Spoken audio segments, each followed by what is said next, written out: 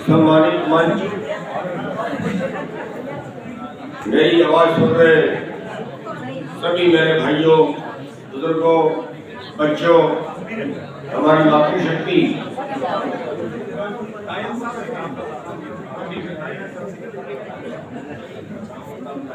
साथियों,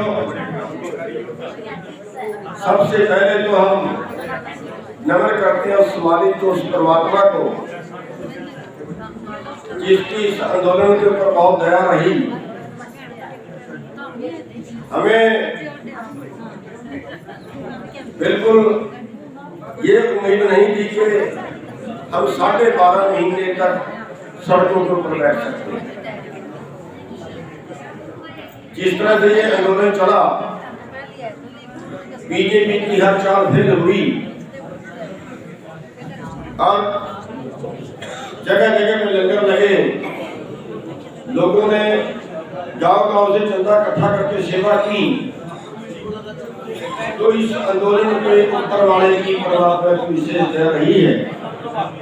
और ये आंदोलन जीतने का श्रेय उन 750 शहीदों को जाता है जिन्होंने इस आंदोलन में अपनी जानें गंवाई, शहीदियां प्राप्त की।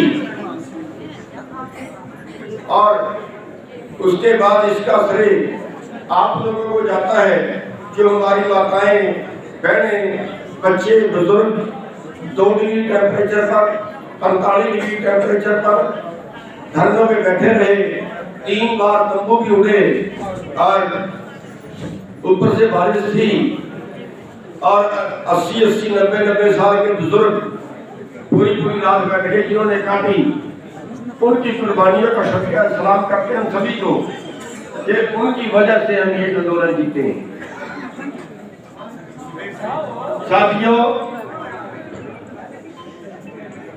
750 कुर्बानियां देने के बाद, 12.5 महीने सड़कों में बैठने के बाद आपने ये आंदोलन जीत लिया।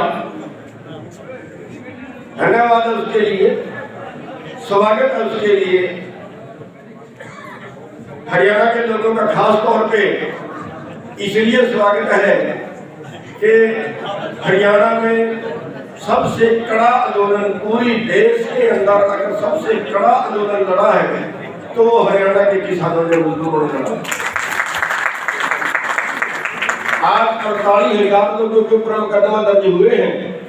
पूरे देश में 48,000 लोगों के ऊपर मुकदमा दर्ज नहीं हुआ, अकेले हरियाणा में 48,000 लोगों पे हुआ है। पूरे देश से ज्यादा केवल हरियाणा में मुकदमा दर्ज हुआ। अगर हम लठखाने की बात करें, जितने बार लाठीचार्ज हरियाणा में हुआ, इतने बार पूरे देश में नहीं हुआ। पूरे देश को अगर मिला दिया जाए, बल्कि असली तो पूछो उससे भी 10 गुना ज्यादा पूरे देश में जितने लठ लोगों को लगे, उससे 10 गुना ज्यादा अकेले हरियाणा वालों को लगे। पूरे देश के अंदर जितने मंत्री एमएलए को भगाया गया, उससे 10 गुना ज्यादा अकेले हरियाणा वालों ने भगा दिया। हर तरह की सेवा हरियाणा वालों ने की, हर तरह की तकलीफें हरियाणा वालों ने झेली।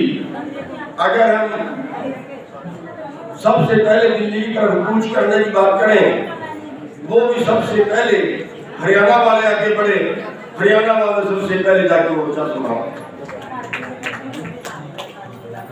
लेकिन साथियों, इतना सब के बाद, इतनी कुर्बानियां देने के बाद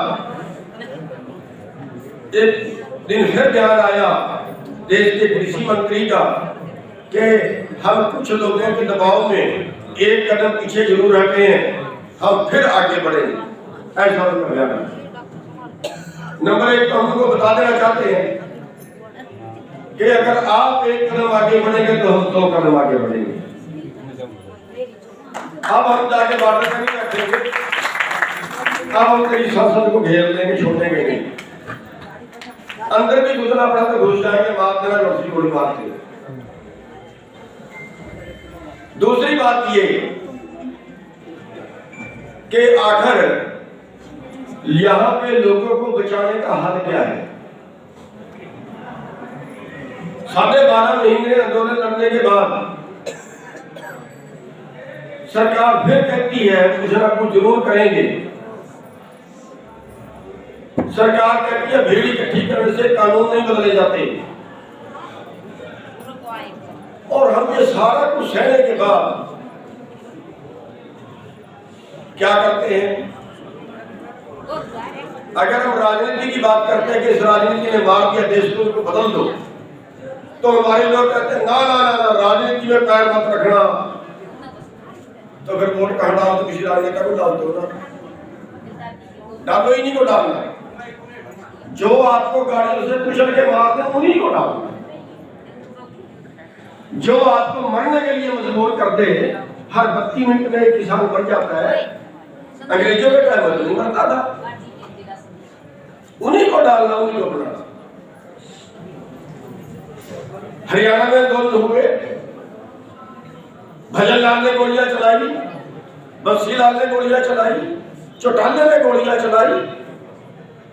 आप बीजेपी वालों का भाव देख रहे हैं, क्या कुछ कर दिया। इन्हीं को बनाना। फिर राजनीति को शुद्ध मत करना। छोटूराम को अकल नहीं थी, सब छोटूराम को अकल नहीं थी जो राजनीति में गए। अगर वो हमारे जैसे समझदार होते ना तो वो आंदोलन करते, आंदोलन से क्यों न बनवाते। हम उनसे बहुत ज्यादा समझदार हैं। चौधरी चरण सिंह को भी अकल नहीं थी, वो भी राजनीति में गए, बहुत गलती की।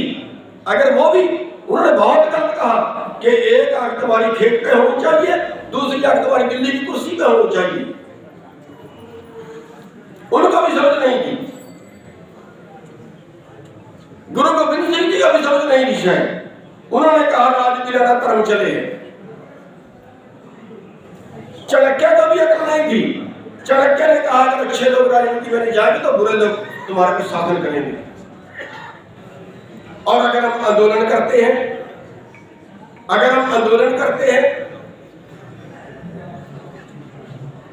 तो मेरे ख्याल से आंदोलन कम करते हो, टांगे ज्यादा खींचते हैं।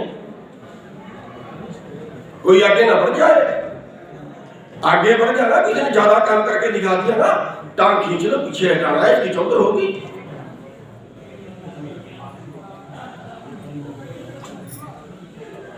हमारे कर्म क्षेत्र ये आंदोलन जीत के, वरना हमारी जीतने वाली हालत थी क्या? हम कर रहे हैं आंदोलन, जो करता उसकी टांग खींचते हैं। ठीक काम करने की कोशिश करता है उनको उल्टा बोलते हैं। तो सरकार की जरूरत ही नहीं है।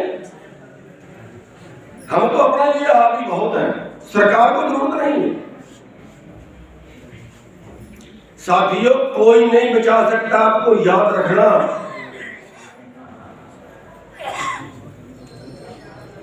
दो तरीके हैं आपके पास बचने के। ये तो हमारे कर्म पता नहीं किस तरह अच्छे, तो उस मालिक की विशेष दया थी, इकट्ठे हो गए। और इकट्ठे भी जो जो अंदर होता था हमें पता है, जो जो बीच में चलता था पता है, आपको भी पता है। सिरे चढ़ की बात, आधी सिरे चढ़ी आधी नहीं चढ़ी।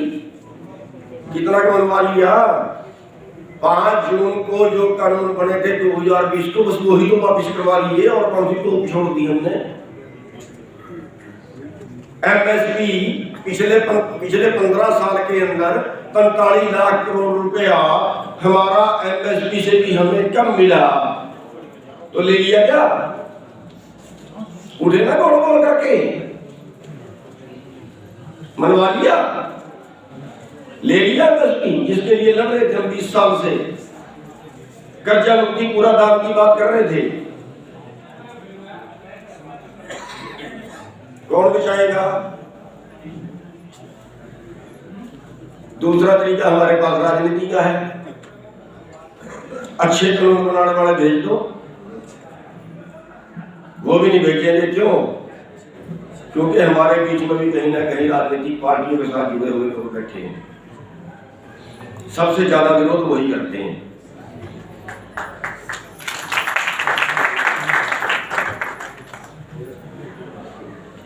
किसकी चालू समझोगे आप लोग? 45 लाख करोड़ रुपया पिछले 15 साल में आपको कम मिला, क्या कर लिया बताना जरा। अब भी क्या कर लोगे? पूरे देश में 10% फसल नहीं मिलती है एमएसपी पे। कौन सी तोप छोड़ दी हमने सरकार के ऊपर?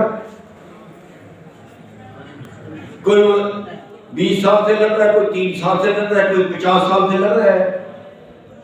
अरे भाई, जब से लड़ रहे हैं क्या करवा लिया? हर 7 साल में आपकी आमदन दूसरे वर्गों से आधी रह जाती है। हर 7 साल में